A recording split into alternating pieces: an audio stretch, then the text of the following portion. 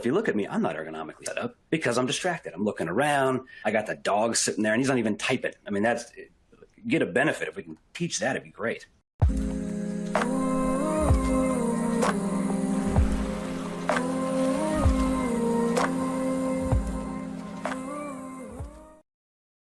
Hello and welcome to this week's Our Performance Tips.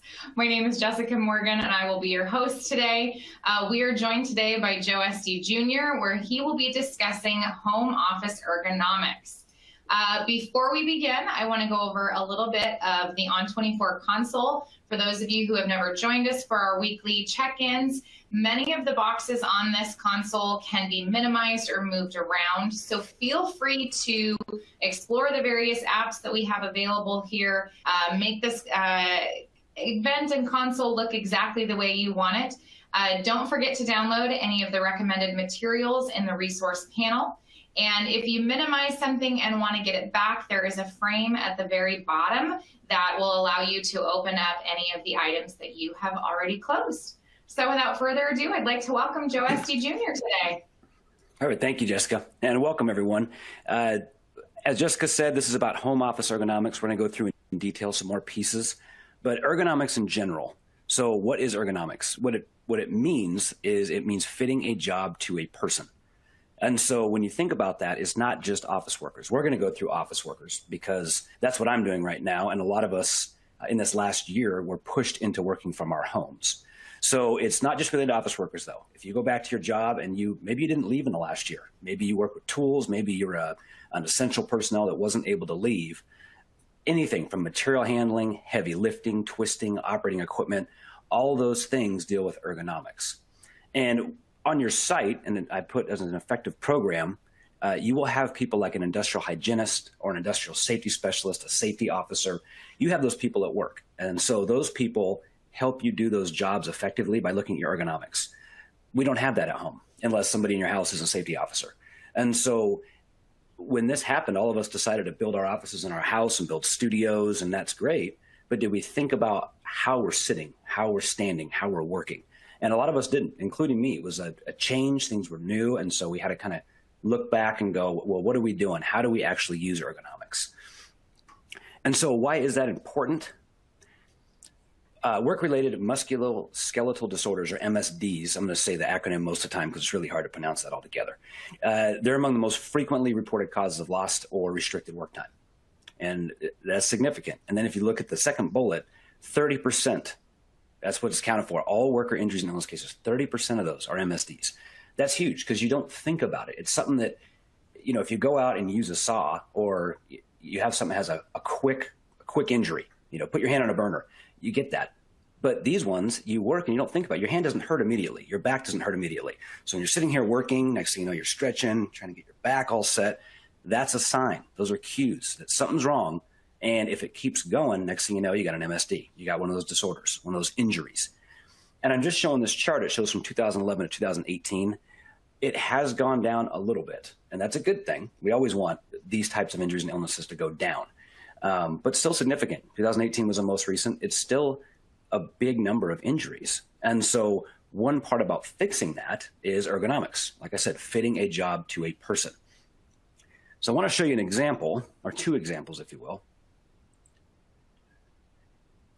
If you look at these pictures, they're just examples. It might be a job, it might not, but they're good examples to show in the display. So if you look on the left, that's somebody who is reaching. Could be a librarian, could be somebody in an office picking up books or textbooks. If you notice, where she has to use her arms is way out of reach. So either she's too short for that job, her arms aren't long enough, and what that means is somebody who designed that job probably was a little bit taller or had a step stool, and they set it up and it seemed normal. Well, now this person comes in and they don't have that tool, it makes it hard for them. Same thing as a person on the right. So you look at that as a heavy lift. In this case, it's books, sometimes it's cement, sometimes it's just equipment to put into our truck at work. That is a little bit too heavy for them. You can tell there's a little bit of a strain, right? And we don't think about that when we do it. We pick up equipment, somebody who's stronger than us or somebody who used some equipment to help them do it, like a forklift, pallet truck. Then we go out and, hey, let's just do this job real quick. Or at home, hey, I just need to lift this real quick and put it in the truck. Problem is we can hurt ourselves. And if we do it more and more and more, that's where those cues come in. Man, my arm hurts, my hand hurts. So I'll just keep on going. I got to get through this. So in the blog we wrote, which is on One Point Taken, it's on our website. It's called Don't Forget the People, and came out March 5th. I talked about lean HPI, and the author is Jerry Harbour. And he wrote, his book is called Lean Human Performance Improvement. And he talks about it's called the 3 components to a work system, and it's 3-component work system model. And that's a long term, but you have 3 things: the tasks, the process, and the people. And if you look at these pictures, it looks like the task was do the task, pick up the books, reach for the book. And that was a new process. They put it in place and they forgot about the people. And so this is very important. He talks about it in the book, is you have to look at the people. It's critical. If you build a piece of equipment or there's a new program that comes out in place, we set up all these tasks and it goes out and say, go to work. And then the people go out and they try it and they can't do it that way. They go, well, it doesn't really work that way. So it's critical to remember people. And that is why we're doing this on Home Office Ergonomics, because it's all about us, the people. We have a process, which is working at our computer or working at a desk. We have the tasks that we're doing with our equipment. Are we set up properly? Are we just kind of going about it and hopefully we don't hurt ourselves? So I want to show you a couple pictures. I took these. Most of you are probably going to be really familiar with these in the last year. Okay? And there's probably way more, and there's probably way more outlandish ways people have been working on their computers. So I'm going to show you a few, and we're going to talk about what's wrong in them. So you take a look at this one. This is me. I want to enjoy my day, got my cup of coffee, sun's out, sitting at my chair on my deck. Well, if you look at that, I'm squinting like crazy. Now, I didn't realize the sun was coming out that much, so now I'm squinting, can barely see my screen. I'm not going to leave because it's too nice of a day, so forget it. I'm just going to squint and mess my eyes up the rest of the day. It's worth it to me, and it shouldn't be. I'm kidding. But yeah, if you look at that, we do this. We work in a dark environment. We work, you have the sunlight coming through in your house, different positions. Now you're squinting. I'm a little bit, lost my lighting there. We're back. So, squinting, the back's a little hunched over. So not the best. Couple hours, I'm going to be hurting. And my eyes are going to hurt. I'm going to get eye strain.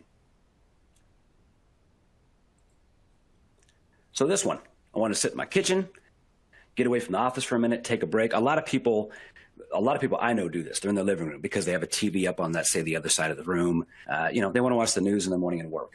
Well, if you look at me, my back is completely hunched up. My shoulder, because my table's way too high. My hands are way up there. And for about 15 minutes, it's good. And then I realize it starts hurting. Now, because I'm teaching this or briefing on it, I'm more aware of it. And so I do this just forgetting. I want some coffee. I don't want to go all the way back up to the office for now. I'm just going to work right here. I'm making some breakfast. I get up immediately when I start noticing that back because I'm hunched and I'm starting to roll my shoulders. Some people just work through it. That's not a good thing. You're going to cause yourself a problem, especially if you do this repeatedly every day. So here's another one. This is the most common I see when I'm teaching classes. I get people a lot on their couch. They got a side shot. They're sitting there with some snacks. Netflix is rolling in the background. I mean, we act like a year ago, we never would have heard of this. Now it's like regular. Now it's just normal. We say it. But if you look at me, I'm all scrunched up. So for one, I'm laid back. My neck's kind of scrunched up this way. If you can see it on the camera. My back's hunched. I have no posture. My arms aren't even in the right spots. And so after a while, this gets really uncomfortable. And so, yeah, not the best posture. It seems cozy. It seems I'm on a couch. This is the best thing in the world. I get to work from home and not in an office. Sure, but we still need to be mindful of what we're doing. Another one, this is, I got to check the email real quick before I leave. Just one more second. This is, I'm not going to sit in my chair and try to get to a comfortable spot. I'm going to stand up and lean and do my work. Well, inevitably, somebody chats you up on Teams, or you get another email to respond to it. Next thing you know, you're leaning over the whole time like this. Not a lot of people do this. It's not a stand-up desk. I mean, that's not a stand-up. That's a stooping desk, and they don't make those. There's a reason.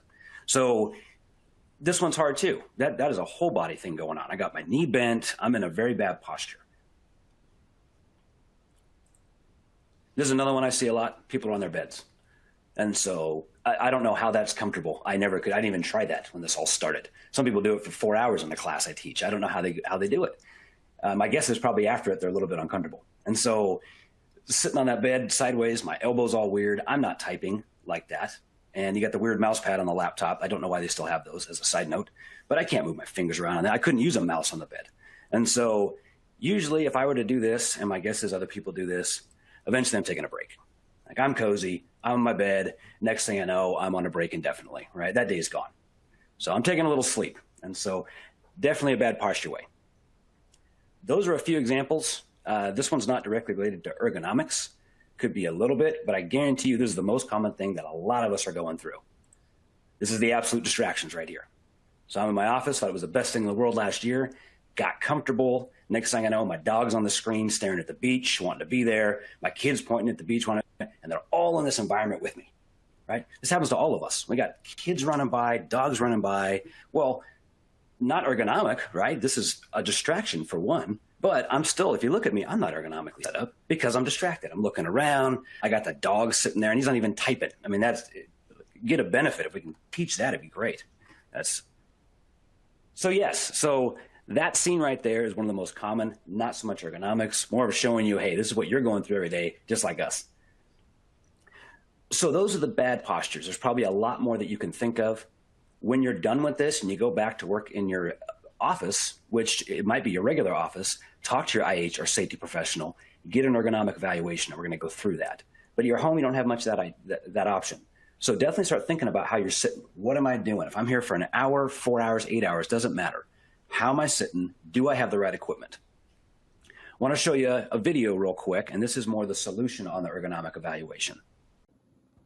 Okay, so in the presentation you saw different postures of how we work, which are not good. This is more about the good. So we're going to do an in-home ergonomic evaluation. At work you have physicians that are trained and certified to do this. At home we don't have that kind of access. So this is to help you, and I got a job aid over here that I'll show you. But this is from the National Institute of Health, NIH, and this is the best checklist I've found so far. Because if you see these job aids, these pictures, it kind of shows from a very brief picture how you should do this. It also has multiple questions, and on the very right, if you don't meet the requirement, like when we go through the chair, you'll see it says it has to be fully adjustable and height and back are supported. It says if it's not, it gives you a recommendation. In that case, it says buy a fully adjustable chair. But there's a bunch of recommendations, and that's what's nice. So we're going to go through this on a very basic level. You can download this document off the console on On24. You can also print it. And I would highly recommend either having it on your screen when you're doing this or having the hard copy with you. So when I come up to my workstation, I'm going to go through the questions as I'm looking at the screen. And so the first one, as I talked about, is the chair. So can the height, seat, and back of the chair be adjusted? So on mine, this is a pretty basic chair. At work, sometimes we get the really fancy chairs. At home, we don't have as much. But any type of adjustment you can get is going to be better for you. So you notice my armrests move. I have adjustments over here that I'll use in just a second. So that's the first thing I'm doing when I come into my office is it hits this desk. That's okay. Because when I put my arms right, I'm at a 90 degree. I get myself adjusted. My arms are 90. And in that picture, it shows it's a 90. So you don't want to be in here. You don't want to have this way over here. Now you're like this because you're going to start having problems with your muscles. You're going to start getting really uncomfortable. So my armrests are good. Then I'm looking at my back. Am I supported? It could be a little bit better. So I have some switches over here. This, you can see this one moves it back and forth. So if I was back here, obviously this is a problem. It's nice and relaxing for a few minutes, but it's not good for all day. So I'm going to get that thing real nice and tight right up against my back. That way my arms are good and my back is supported. I'm not using my muscles. Another one would be this 90 on your knees. So you want that, and you want your feet fully supported. If they're not, if that's, say you're too low, you're out here, get a pedestal. So a stool, a couple 2x4s, phone books, whatever it is. And that way you're fully set and you're not cutting the circulation off right here. A lot of people start getting comfortable in their position and they start doing this thing. Curl up their feet, they get tucked in, and that's a problem because once again, you're straining your back, you're pushing your legs together. So try to keep yourself in a good position, not like those pictures we showed in the presentation. There's a bunch of other questions on here. I'm not going to go through them in depth because you can do this on your own. But another one aside from just my body posture is your equipment.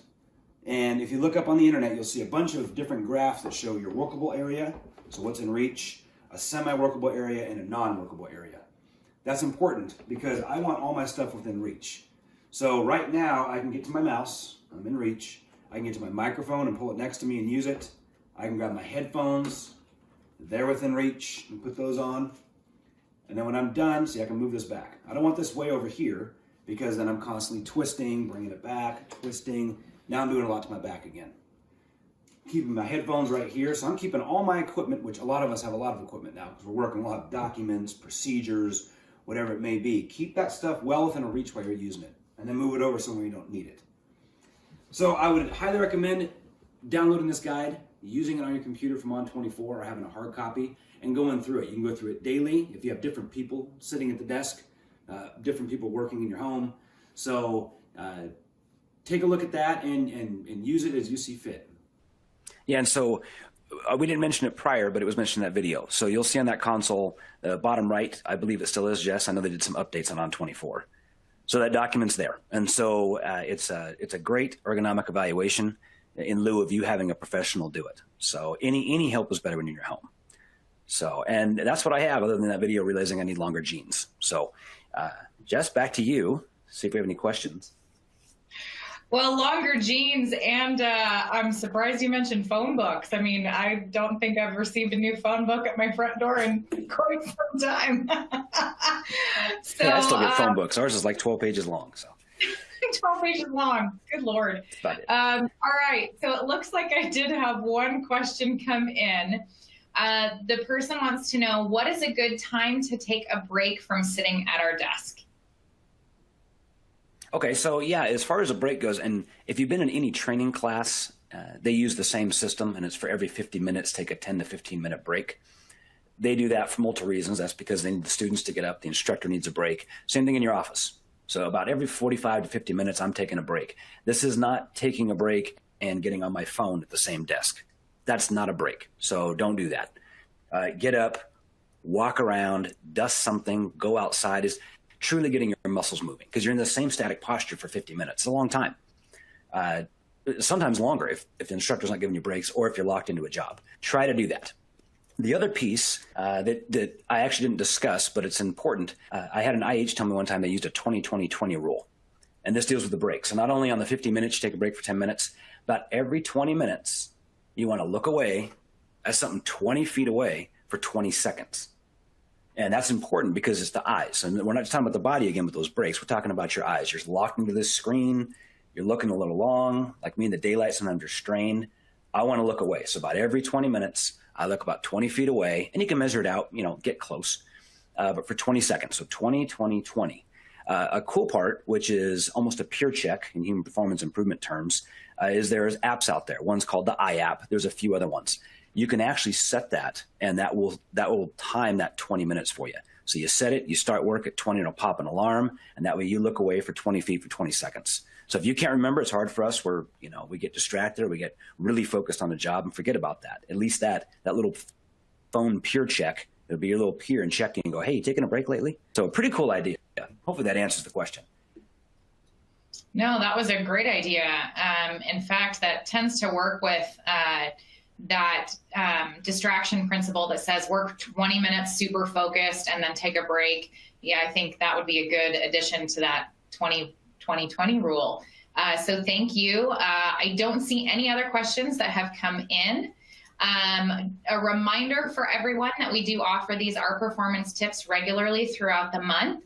So be sure to check our website and follow us on LinkedIn for information on when those happen. They are always on Wednesdays, always at noon Pacific Standard Time. And we do offer continuing education events once a month. In fact, we recently just had our leadership panel, and we had a great turnout and great success for that. So be sure to always check the website for the most up-to-date information on our continuing education events as well. I'd really like to thank you all for coming. Be sure to check our website at lucasopt.com. That will allow you to check out that blog post that Junior mentioned regarding lean HPI and being sure to take care of your people. And again, follow us on LinkedIn and Facebook and YouTube for the most up-to-date information. Thanks, everyone, and have a great day. Thank you.